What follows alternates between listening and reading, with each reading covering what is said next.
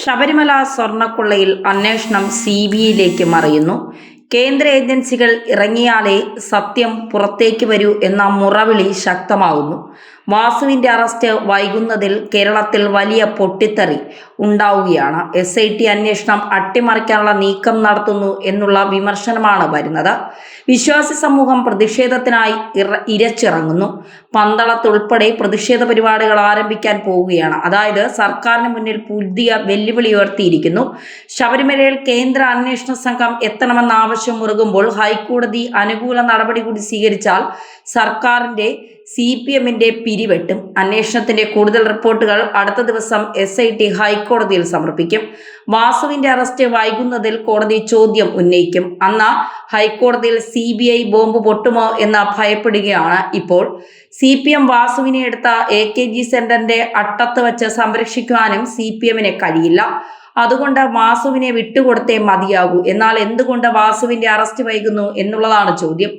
SITയുടെ അന്വേഷണം ശരിയായ ദിശയിലല്ല എന്നുള്ള പ്രഖ്യാപനം വരുമ്പോൾ അത് മുറുകിയാൽ ഇതോടെ CBI എന്ന ഏജൻസിയിലേക്ക് ഹൈക്കോടതി കടക്കുമോ എന്നുള്ളതാണ് ചോദ്യം. CPMന്റെ പിരിവെട്ടിക്കുന്നതും ഇത് തന്നെയാണ്. CBI കളത്തിലേക്കിറങ്ങിയാൽ വാസു ഉൾപ്പെടെ കൊള്ളക്കാർ ചോരതുപ്പും. തിരഞ്ഞെടുപ്പിൽ ശബരിമല കാണിച്ച CPMനെ എടുത്തിട്ട് അമ്മാനമാടാനും കേന്ദ്ര സംഘം തുനിയും. പക്ഷേ CPM നേതാക്കളെ തൂക്കി അകത്തിടുമെന്നാരും കരുതണ്ട. മുൻപ് പറഞ്ഞതുപോലെ തന്നെ വാസുവിൽ വരെ കാര്യങ്ങൾ എത്തി നിൽക്കും. അതിനപ്പുറത്തേക്ക് പോകില്ല. കാരണം മോദി പിണറായി നീക്കുപോക്കാണ് അതിന് പിന്നിൽ നടക്കാൻ പോകുന്നത്.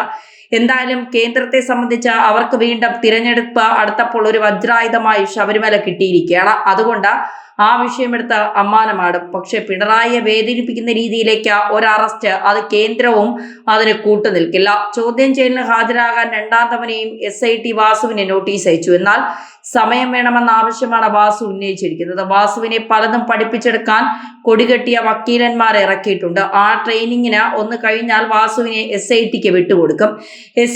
SITയുടെ നോട്ടീസിന് അസൗകര്യം അറിയിച്ച വാസു മറുപടി നൽകി. എന്നാൽ സാവകാശം നൽകാനാകില്ല എന്ന SIT നിലപാട് ഘടിപ്പിച്ചു. ആരോഗ്യ പ്രശ്നങ്ങൾ ഉള്ളതുകൊണ്ട് കുറച്ചുകൂടി സമയം അനുവദിക്കണമെന്നാണ് വാസു പറയുന്നത്. വാസു SITയുടെ മുന്നിൽ വീണുകയാണ് അപേക്ഷിക്കുകയാണ്. അല്ലെങ്കിലും ഇടത് നേതാക്കന്മാരൊക്കെ ചോദ്യം ചെയ്യാൻ വിളിപ്പിക്കുമ്പോഴൊക്കെ അവർക്ക് അതുവരെ ഇല്ലാത്ത ആരോഗ്യ പ്രശ്നങ്ങളാണ്. കരുവന്നൂർ സഹകരണ ബാങ്ക് തട്ടിപ്പിൽ AC മൊയ്തീനെ ചോദ്യം ചെയ്യാൻ വിളിപ്പിച്ചപ്പോഴും ഇതുപോലത്തെ ആരോഗ്യ പ്രശ്നമുണ്ടായിരുന്നു. ശിവശങ്കറിനെ ചോദ്യം ചെയ്യാൻ വിളിപ്പിച്ചപ്പോഴും CM രവീന്ദ്രനെ വിളിപ്പിച്ചപ്പോഴും ആരോഗ്യ പ്രശ്നങ്ങൾ ഉണ്ടായിരുന്നു. ഇത് ആരോഗ്യ പ്രശ്നമല്ല, തടി കേടാകാതെ ഇരിക്കാനുള്ള മുൻകരുതൽ എടുക്കാനുള്ള നീക്കമാണ്. ശബരിമലയിലെ സ്വർണ്ണക്കൊള്ളയുടെ ബുദ്ധി കേന്ദ്രം AKG സെന്റർ എന്ന് പ്രഖ്യാപിച്ചാണ് കേരളത്തിൽ പ്രതിഷേധങ്ങൾ അലയടിക്കുന്നത്. വാസു വെറും വാസുവല്ല, സഹാവൻ വാസുവാണ്. മൂപ്പര് ദേവസ്വം ബോർഡ് പ്രസിഡന്റ് ആയത് മുഖ്യമന്ത്രിയുടെ ഓഫീസിന്റെ പ്രത്യേക താല്പര്യപ്രകാരമാണ്. എല്ലാ തെളിവുകളും വാസുവിനെതിരാണ്. എന്നിട്ടും എന്തുകൊണ്ടാണ് വാസുവിനെ അറസ്റ്റ് ചെയ്യാൻ SIT തയ്യാറാകാത്തത്? മുഖ്യമന്ത്രിക്ക് കീഴിലുള്ള സംവിധാനമാണ് SIT. അതുകൊണ്ടാണ് അന്വേഷണം CBIക്ക് വിടണമെന്ന് ആവശ്യപ്പെടുന്നത്. വിശ്വാസികൾ കട്ടായം പറയുന്നു. അതായത് SITക്ക് മുകളിൽ പിണറായി വിജയൻ പിടിമുറുക്കിയിട്ടുണ്ട്. കേവലം ഒരു ഉണ്ണികൃഷ്ണൻ പോറ്റിയോ ജീവനക്കാരിലോ കേസ് ഒതുങ്ങില്ല. വലിയൊരു ശൃംഖല ഇതിനു പിന്നിലുണ്ട്. ശബരിമലയിലെ സ്വർണം ആകെ കൊള്ള ചെയ്യാനാണ് പദ്ധതിയിട്ടത്. സർക്കാർ സഹായം ഇതിനു പിന്നിൽ ലഭിച്ചിട്ടുണ്ട്. ശബരിമലയെ തകർക്കാൻ അന്തർദേശീയ ഗൂഢാലോചന നടന്നിട്ടുണ്ട്. ഇതിന്റെ കണ്ണിയാണ് CPMും സംസ്ഥാന സർക്കാരും. ഇത് പുറത്തു വരണമെങ്കിൽ CBI അന്വേഷണം തന്നെ വേണം. ശബരിമലയിൽ ഇടപെടൽ ആവശ്യപ്പെട്ടുകൊണ്ട് പ്രധാനമന്ത്രിക്ക് ഭീമഹർജി സമർപ്പിക്കും. 1 കോടി അയ്യപ്പ ഭക്തരുടെ ഒപ്പുകൾ ഇതിനായി സമാഹരിക്കും.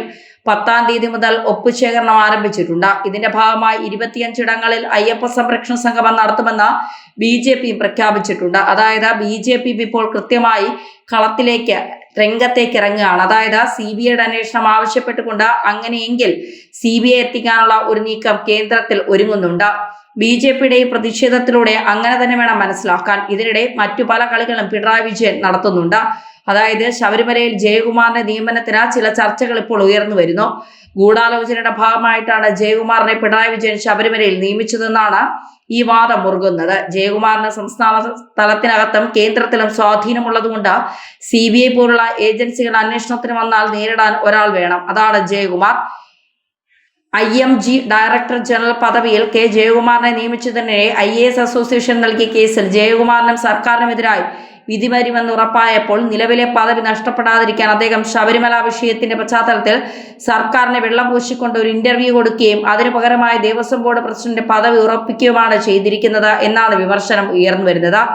ജയകുമാറിന് മറ്റൊരു കുഴപ്പവുമില്ല, സത്യസന്ധനായ നല്ല മനുഷ്യരാണ്. പക്ഷേ മരിക്കുന്നതുവരെ ഉന്നത പദവിയിൽ ഇരിക്കണമെന്ന ഒരൊറ്റ ആഗ്രഹമാണ് അദ്ദേഹത്തിനുള്ളത് എന്ന ആരോപണമാണ് ശക്തമാകുന്നത്. ജയകുമാർ അഴിമതി നടത്തിയിട്ടില്ല എന്നേ ഉള്ളൂ. എന്നാൽ തന്റെ ഇടത്തോടെ നട്ടാൽ ഉയർത്തിപ്പിടിച്ച് തന്റെ ഇടത്തോട് നട്ടൽ ഉയർത്തിപ്പിടിച്ച ഉദ്യോഗസ്ഥൻ എന്ന ചുമതല നിറവേറ്റിയിട്ടില്ല. കാര്യക്ഷമതയുള്ള ഉദ്യോഗസ്ഥനാണ്.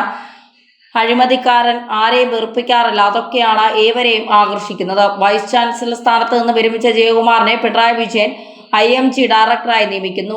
IMG എന്നത് ഇവിടുത്തെ IASകാരുടെ ഒരു കേഡർ പോസ്റ്റാണ്, പ്രധാനപ്പെട്ട ഒരു പോസ്റ്റാണത്. ആ പോസ്റ്റിൽ IASകാർ അല്ലാതെ റിട്ടയർ ചെയ്ത് വരുന്നവരെ നിയമിക്കുന്ന പദവില്ല. ജേക്കബ് തോമസ് DGP ആയിരുന്നപ്പോൾ ആ പദവിയിൽ സർക്കാർ നിയോഗിച്ചു എന്ന് ഓർക്കണം. ആ പദവിയിലേക്ക് ചീഫ് സെക്രട്ടറിയുടെ അതേ ശമ്പളത്തിൽ നിയോഗിക്കുകയാണ് ജയകുമാറിനെ. ഇതിനെതിരെ IAS അസോസിയേഷൻ കേസ് കൊടുത്തിട്ടുണ്ട്. IAS അസോസിയേഷനും അന്ന് അതിന്റെ പ്രസിഡന്റായ അശോകനും സെക്രട്ടറിയും സെൻട്രൽ അഡ്മിനിസ്ട്രേറ്റീവ് ട്രൈബ്യൂണലിലെ കേസ് കൊടുത്തിരിക്കുന്നു. IAS കേഡർ പോസ്റ്റിൽ റിട്ടയർ ചെയ്ത ഉദ്യോഗസ്ഥനെ വയ്ക്കരുത് എന്നതാണ് ആവശ്യം. ഈ കേസ് 2 വർഷമായി പരിഗണനയിലാണ്. നവംബർ മാസത്തിൽ പൂർത്തിയാകും. ഡിസംബറിൽ അതിന്റെ വിധി വരും. അത് K. ജയകുമാറിനും സർക്കാരിനും എതിരാകും. അത്രമാത്രം കൃത്യമായി തന്നെ വിവരങ്ങൾ ഈ കേസിൽ ഉൾപ്പെടുത്തിയിട്ടുണ്ട്. സർക്കാർ ആകട്ടെ തടി തപ്പാൻ വേണ്ടി കോടതിയോട് പറഞ്ഞിരിക്കുന്ന വിശദീകരണം വിചിത്രമാണ്. ഞങ്ങൾ ഡയറക്ടർ ജനറൽ പദവിയിലല്ല നിയമിച്ചിരിക്കുന്നത് എന്നാണ് പറഞ്ഞത്. ഡയറക്ടർ പദവിയിലാണത്രേ. IMGയുടെ ഡയറക്ടർ ജനറൽ എന്ന തസ്തികയിൽ ഡയറക്ടർ എന്നാക്കി മാറ്റി പുതിയ തസ്തിക എന്ന നിലയിലാണ് ജയകുമാറിനെ നിയമിച്ചിരിക്കുന്നത്. അതായത് എല്ലാ ചട്ടങ്ങളും കാറ്റിൽ പറത്തി ഒരു നിയമനം കൊടുത്തു. ആ വാദം വിലപ്പോകില്ല എന്നും ആ പദവിയിൽ നിന്നും പുറത്താക്കണമെന്നും ഉറപ്പായപ്പോൾ ജയകുമാർ ബുദ്ധിപൂർവ്വം ഒരു നീക്കം നടത്തി. സർക്കാരിനെ സൂചിപ്പിക്കണം. ശബരിമലയിലെ വിവാദങ്ങളുടെ പശ്ചാത്തലത്തിൽ ഇന്റർവ്യൂ ഇന്ത്യൻ എക്സ്പ്രസിന് കൊടുക്കുന്നു. സ്വകാര്യ സംഭാഷണങ്ങളിൽ സർക്കാരിനെ CPMനെ നിശിതമായി വിമർശിക്കുന്ന ഉദ്യോഗസ്ഥനാണ് ജയകുമാർ. ഇന്ത്യൻ എക്സ്പ്രസിൽ ഇതിനെയെല്ലാം വെള്ളം പൂശിക്കൊണ്ട ഒരു അഭിമുഖം കൊടുക്കുന്നു. ശബരിമല കമ്മീഷണറായിരുന്ന ആളാണ്. സർക്കാരിനെ CPMനെ വെള്ളം പൂശിക്കൊണ്ട് എല്ലാം ശരിയാക്കാമെന്ന അഭിമുഖം കൊടുത്ത ഇപ്പോൾ നഷ്ടപ്പെടാൻ പോകുന്ന പദവിക്ക് പകരം മറ്റൊരു പദവി ഉറപ്പിക്കുകയും ചെയ്തിരിക്കുന്നു.